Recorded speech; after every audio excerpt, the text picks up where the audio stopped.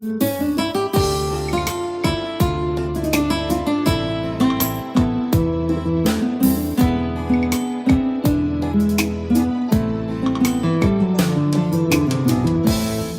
nước gió rét đò đưa khách xa,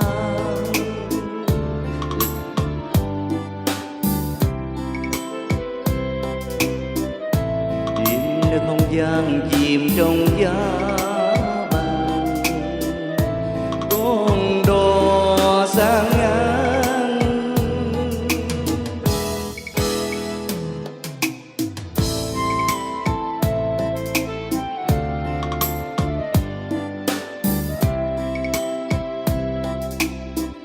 Đêm nơi không gian mà từng dân chưa đưa đò về xưa.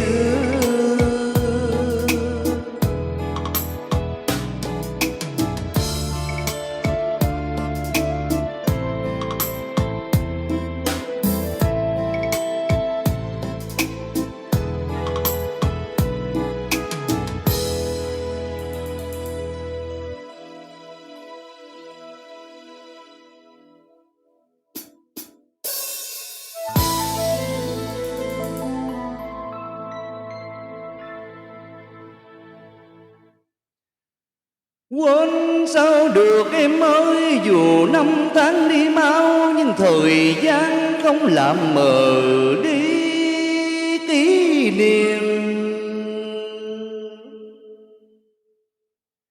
Dù gió bão mây vắng cánh đại bàng, thêm rong ruổi sông nước bốn ba ngang dọc bốn phương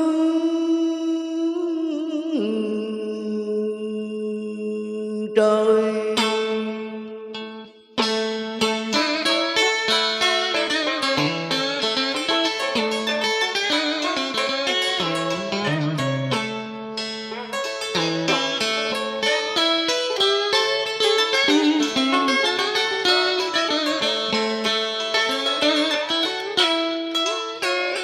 Tình yêu để dành chờ buổi đoàn viên, lòng hẹn dĩ như con tim không ngừng lai rước.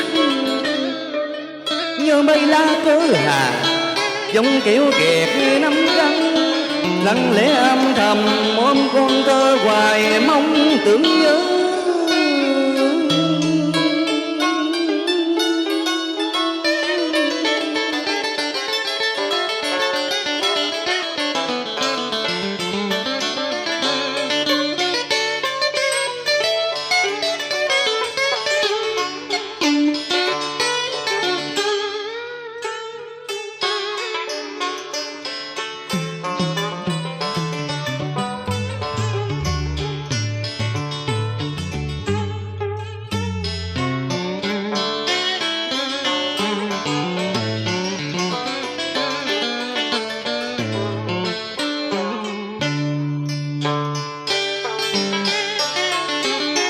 Phải chăng em là máu tim anh, là ngôi sao nhỏ dẫn đường, thu qua đông tàn sương đến bến đò xưa vắng cách bờ vơ.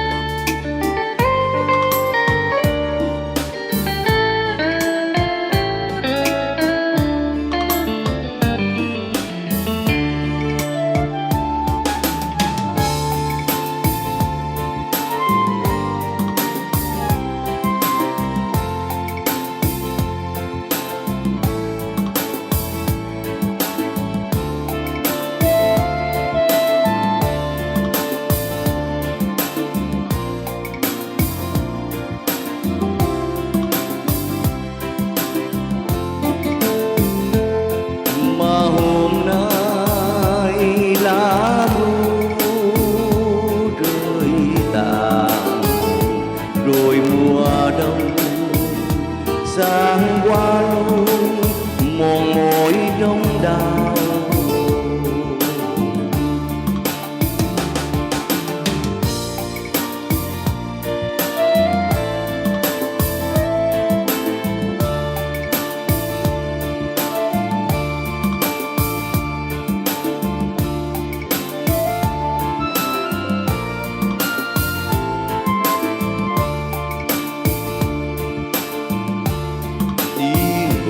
Trong sương đêm,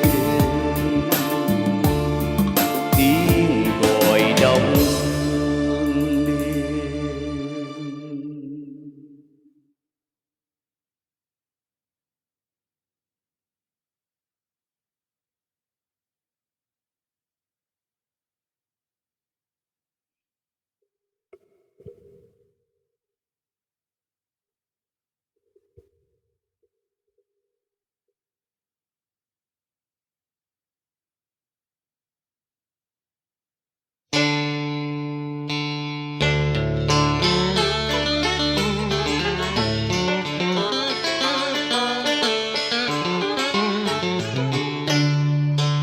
Tiếng gọi trong sương đêm, không gian như mở mắt, thời gian vô hình nên lời hẹn đắm say.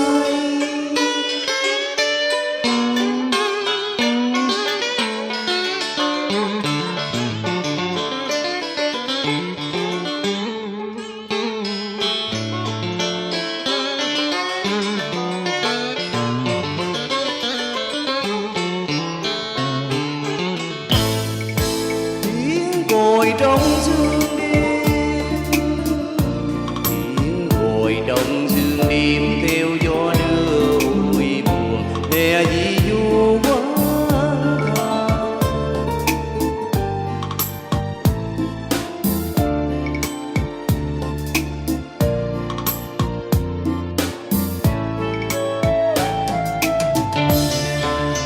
Tiếng gọi trong sương đêm, trời già mỹ lì, giọt nước trầm dương, giọt nước mắt nghe đời chồng chia.